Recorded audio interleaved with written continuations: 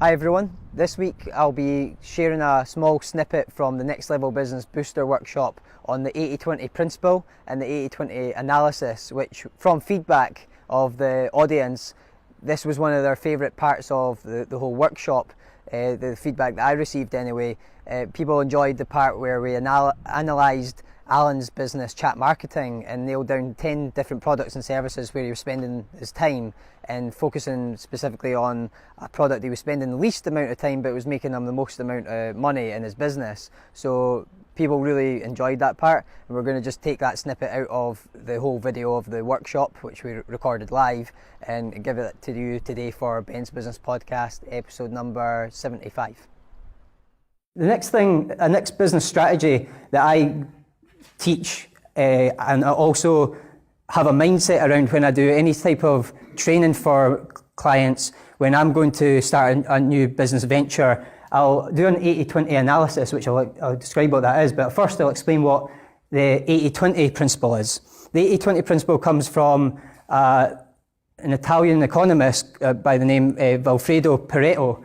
20% of effort is 80% of the results, or 20% of the input resulted in 80% of the output. For example, I always find if a customer has maybe 10 services, we'll look at all 10 of them and find out the 20% that makes 80% of their income, or the two products or services that result in 80% of their profit. And this is the realization I had as I was doing this for every client, that I must teach this and show everyone else how to do this and develop this thinking in their business and how to do these analysis. The other part is there's two parts to the 80-20 principle I found. It is found in everything. You can actually see it's a law of nature, and we can not only just do the analysis, we can also develop a thinking which is more intuitive. So the 80-20 analysis takes time. It's rational, it's quantitative, it requires investigation, it provides facts, and it takes a lot of time, but it's time well spent, because once you understand your 20% that's making 80% of your profit, then you want to double down and do more focus on that. 80-20 thinking is slightly different. It's more intuitive. You can do it on your day-to-day and quick actions. It's qualitative, and what that means is you judge the quality of the thing that's happening to you. If this phone call's coming in, is it worth my time answering that phone call versus continuing to focus and finish the task that I'm on just now? And I'll give you an example of that. It requires some thought, it requires insight, it provides insights, so it just gives you insights, not facts. The analysis takes time and it gives you facts, but it is quick and fast, and I've developed this mindset. So a good example of this is this in action, the 80-20 thinking in action. I was on a walk listening to an audiobook, and then when I'm on this walk and I'm listening to audiobooks like this, that's given me really amazing value that I can bring value back to my clients, to my business. I had a phone call come in the middle of listening to this on my walk, and it was a customer who hadn't been paying me. And I had an option to take that phone call or to let it ring out.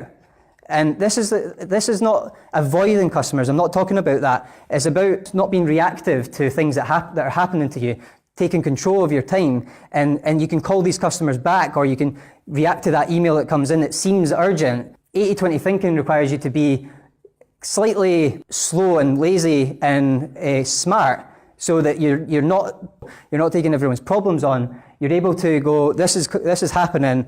80-20 thinking about, do the analysis in your mind in an intuitive way, and then go and take action on what's the most valuable thing to do. So I continued to listen to my audiobook, and then I called the client back later in the day. But the point is, you don't need to take calls from clients who aren't paying you. You need to focus on the clients who are paying you. So this is an example of how I actually do the analysis. This is an example of actually Alan's business, which we'll go into. But an 80-20 analysis, when we're going to look at like a list of products and services that you offer in your business, has to be profitable, easy, and scalable. So these jobs that we're going to want to focus on that will become that 80% profit, is they do have to have these factors. But this doesn't come into the headlines. As you can see, we've got the list of jobs or services, the price, profit, delivery hours, hourly rate, priority, and we've got the priority and promotion part you give that a priority of 1, so how you spend your week. So if Business Gateway is Alan's second priority, so he spends almost most of his week on that. Alan and I actually did an analysis on chat marketing, which is Alan's business. This is all the services that Alan offers, which is Business Gateway workshops, CIM workshops. And as we went through that and got the data out of his business, you can even look at your bank statements and see what money comes in and pair that up with what clients. So who's actually paying you and who are you spending time with. And then you can work out the price of a Business Gateway workshop was £200. His profit was, so £50 came off that, so his profit was £150. It took him 6 hours to deliver that workshop. And we worked out his hourly rate was there for £25 an hour. He prioritised that number 2. His number 1 priority, where he spends the biggest part of his week, is Business Gateway coaching, which was actually a lower hourly rate. So it starts to not make sense where we're spending our time and where we're putting our focus.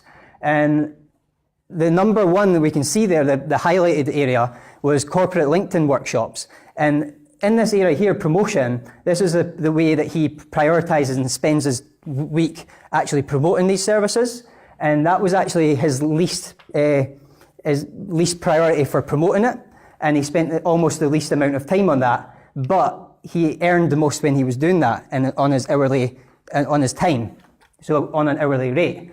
So you can see Alan had a massive aha about this. Every time I do this with myself when I'm starting to pursue something new, it does require volume of action. So if I have to do maybe 10 workshops before I can decide how valuable workshops are in my business, I have to build maybe 10, 20 websites along with like other services that I'm doing before I can realise what's valuable. So Ver's been in business for just 6 months and it still applies to him. But imagine you've been in business who's been in business here for more than 5 years?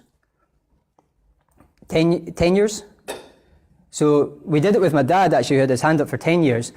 And the amount of history and data that you can get from 10 years, and when you apply this, the business will literally change overnight by just a couple of small tweaks, not adding more clients on, because my dad's got plenty of leads coming in, because I do his marketing, humble brag.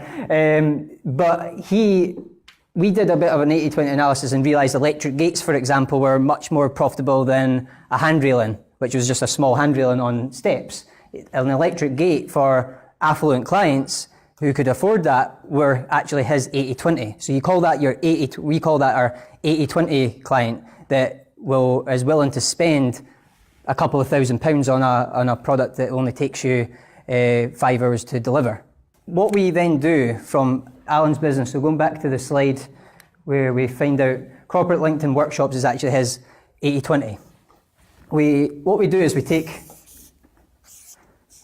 chat marketing and we take 10% away from that. So 100% of his time spent on chat marketing. All we do is take 10% away from that.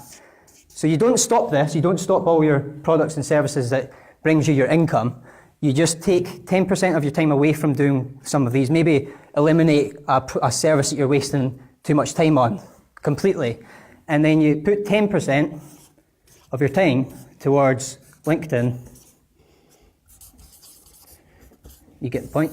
So LinkedIn workshops, and start working on marketing this and developing this product for your clients who pay you a lot of money, for your 80-20 clients.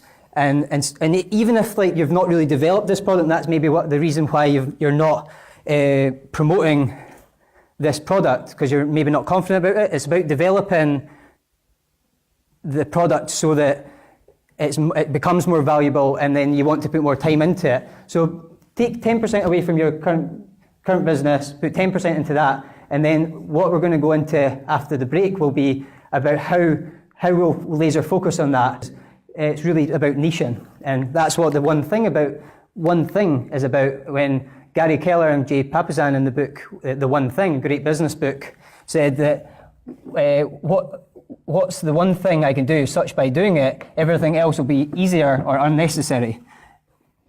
And if you think about that question, like day to day, is a great time management question, because you don't have to work on these low-paying jobs, you're focused on that 80-20, and then you can take a path towards that. So it allows you to choose your focus, your 10% focus, because we've all got these like forks in the roads where we can spend too much time on a low-paying client or product, but we take this route and we go down that route where, like what Alfie did in the house clear in Scotland, and add on that amount of income to your business by choosing the right product to work on.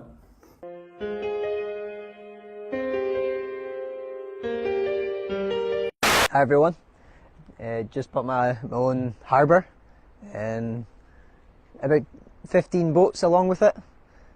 Wasn't too expensive, it's all an investment.